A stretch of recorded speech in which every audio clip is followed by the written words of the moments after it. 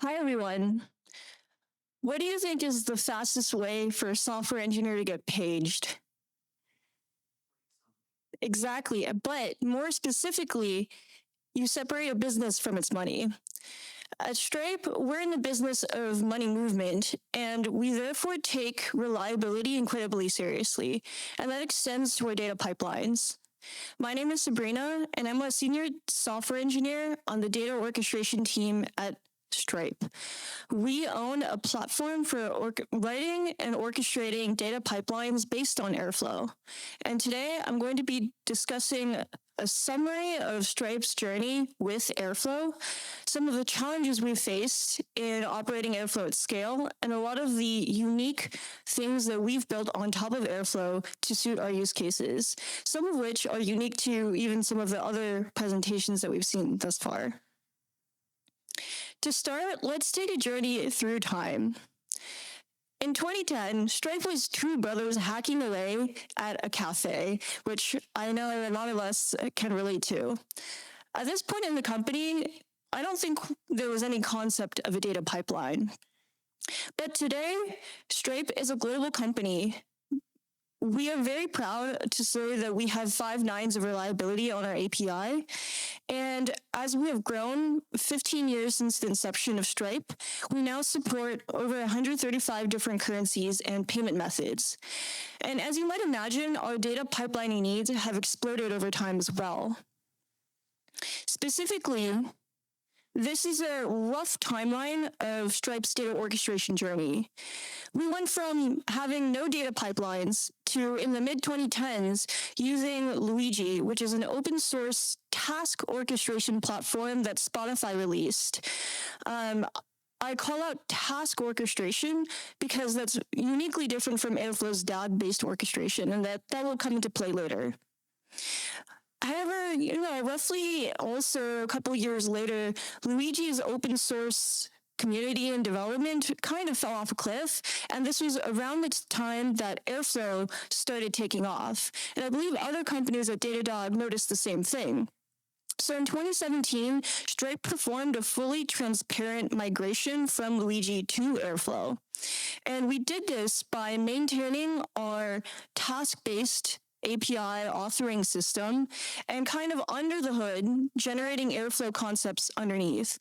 So interestingly, at Stripe, most of our users don't interact with the native open source with DAG pattern of generating Airflow tasks.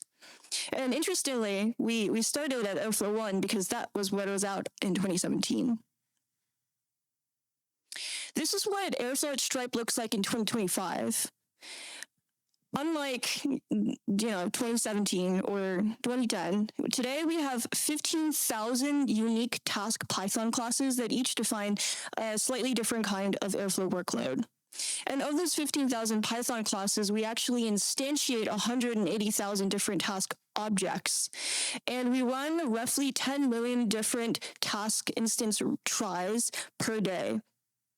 And these numbers might not be that crazy on their own, but what is pretty interesting is that we're doing this on only 2 Airflow clusters at Stripe today.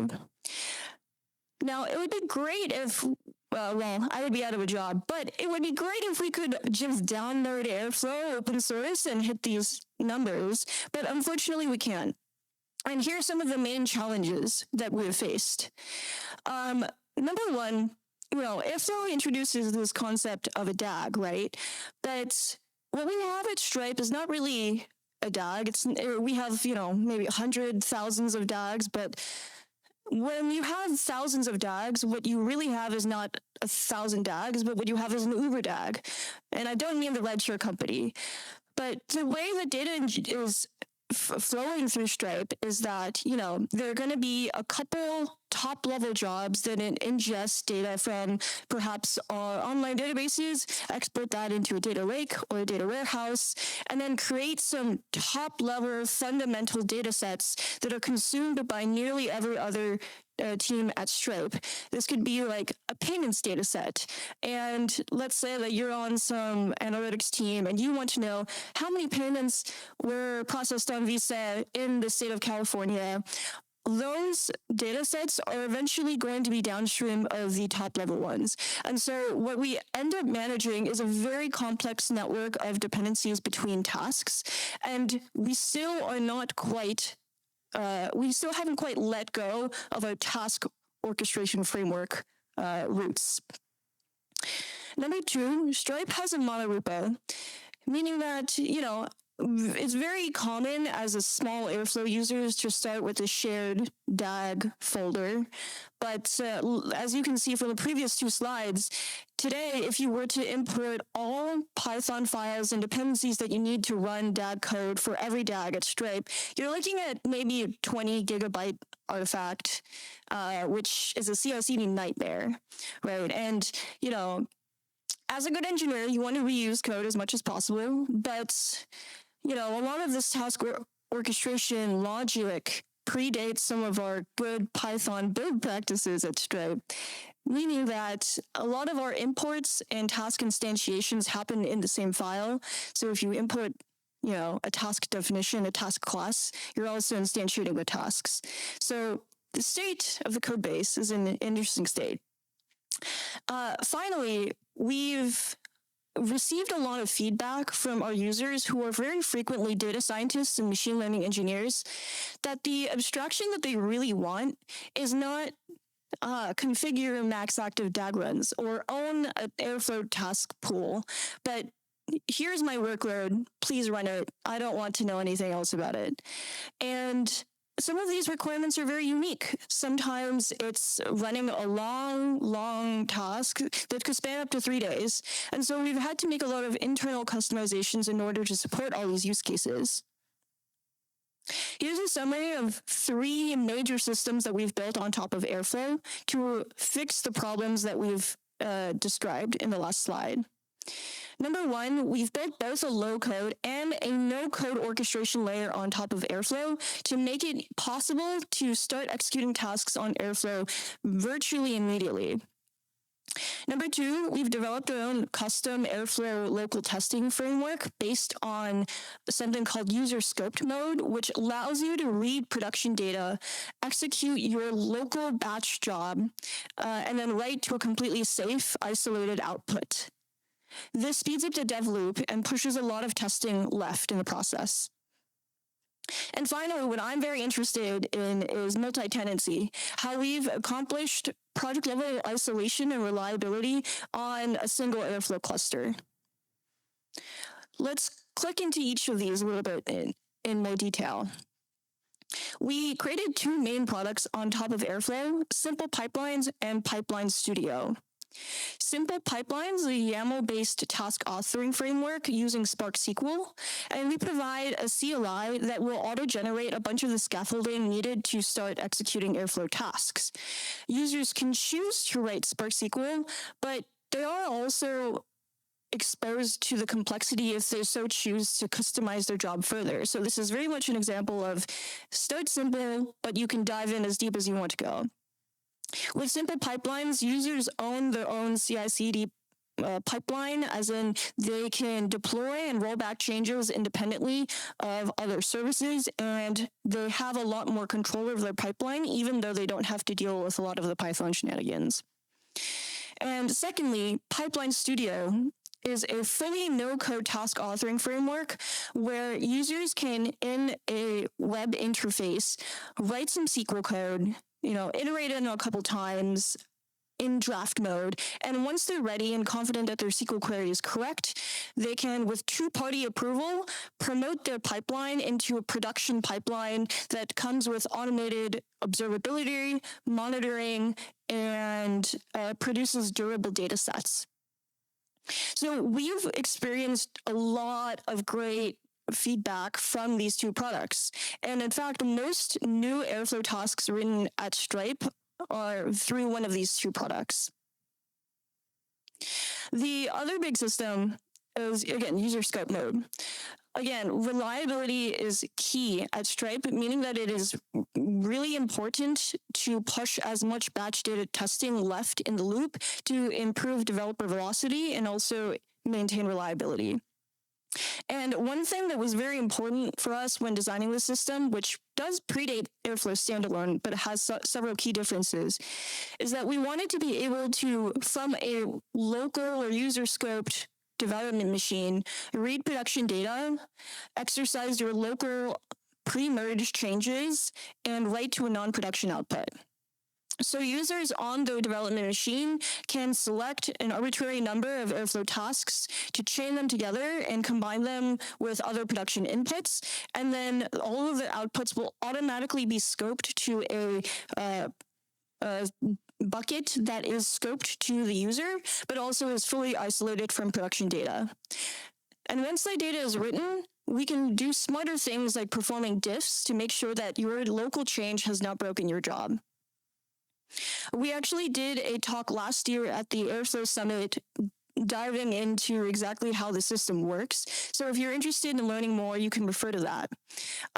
But some other main benefits of this user scope mode is that there are some kinds of data validations that you can only really do on production data, and that kind of degrade when you start doing cool things like sampling data or using synthetic data.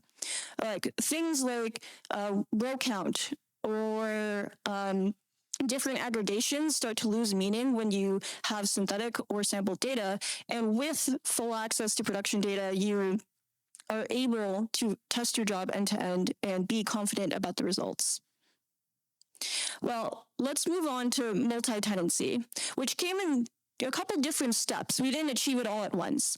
Well, the first step to multi-tenancy was basically still on our legacy architecture of using Cellular Executor and bare bones EC2 instances. The main thing that we introduced in step one is the concept of an Airflow microservice, where for a project or a logical collection of Airflow workloads, we create one microservice, and each microservice, importantly, has one DAG processor, and each DAG processor is only aware of the DAG code corresponding to that project. It was very important for us to start enforcing better ownership.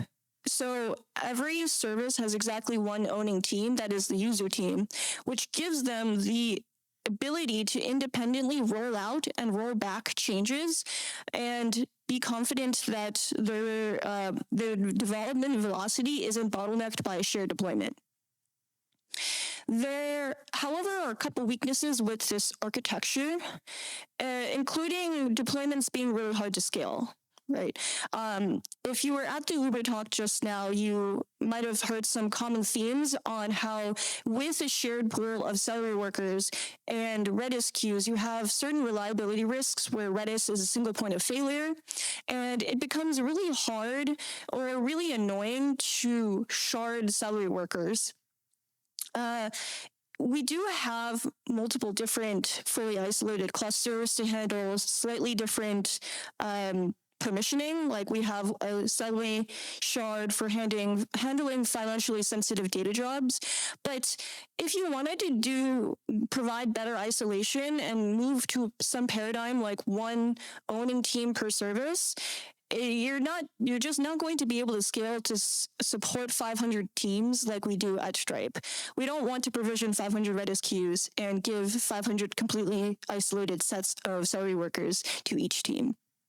And also, the workload identity of all of these tasks are still shared by the Cellular worker because the Cellular worker is just spinning up sub-processes. So the security posture is also a challenge. As a result, our step two was migrating to the Kubernetes executor and running all of our workloads in pods instead of Cellular workers. So basically, we had some interesting design challenges in integrating with Stripe CI/CD pipelines. Henson is Stripe's CI/CD orchestrator for releasing changes across Stripe microservices.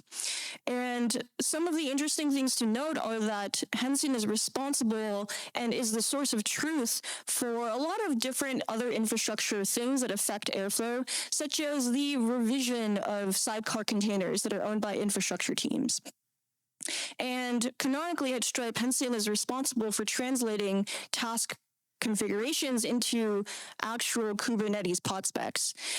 As a result, we developed this architecture where Henson, during a microservice deployment for Airflow, will inject a skeleton pod spec into the DAG processor.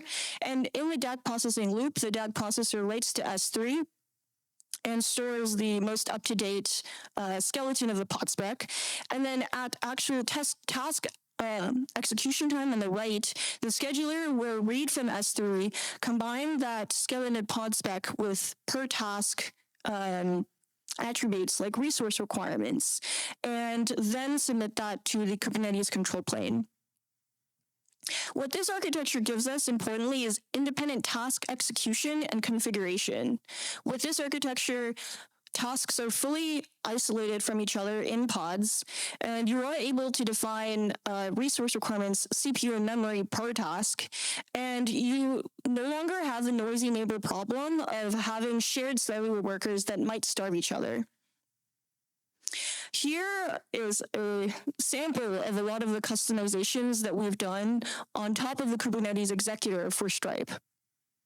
Stripe has so many Kubernetes pods that we have many internal Kubernetes shards, and we have our own infrastructure teams that manage multiple Kubernetes shards. And so one of their requirements was that Airflow needs to be able to be shard agnostic, as in be able to create pods in multiple shards as our infrastructure teams perform shard migrations. And so the way that we accomplish this is by creating one executor per Kubernetes shard using Airflow's hybrid executor feature. And we also created a dedicated Kubernetes shard for Airflow workloads so that we can scale comfortably without risk of taking down non-Airflow workloads. We did some compliance work as well to separate different permission levels of Airflow tasks based on the Kubernetes namespace. And we ran into a lot of interesting consistency challenges due to lifecycle management for long-running workloads, right? I think if you were at the OpenAI talk yesterday, they spent quite a lot of time talking about how to handle deployment teardowns or other pod teardowns related to cycling our hosts regularly. And we made a lot of customizations in order to make sure that we can actually drain pods for up to several days without interrupting them for lifecycle management. And deploys are completely non-blocking for task execution and vice versa. Finally, we added a couple interesting APIs on top where we allow Power Airflow users to request more CPU and memory instead of having like a hard-coded shard of high compute Airflow workers that are ready to go. So this gives us a lot more opportunity to optimize our Airflow tasks, some of which actually do heavy processing. And we haven't won yet. There's still a lot of more work to do, a lot of security work, a lot of scaling work. You can find me on LinkedIn at this QR code, and I'd love to connect with all of you. And if you have questions about hiring, that is my manager's QR code.